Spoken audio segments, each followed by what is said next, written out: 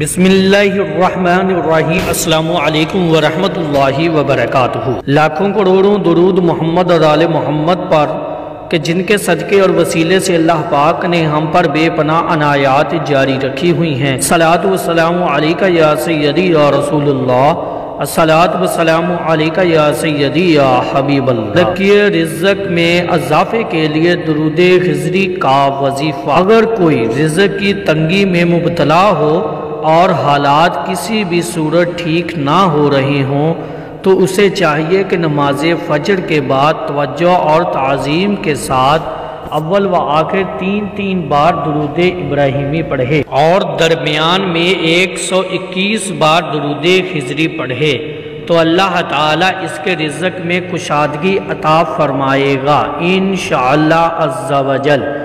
درود خضری یہ ہے: صلی اللہ علی حبیبہ محمد وآلہ وسلم۔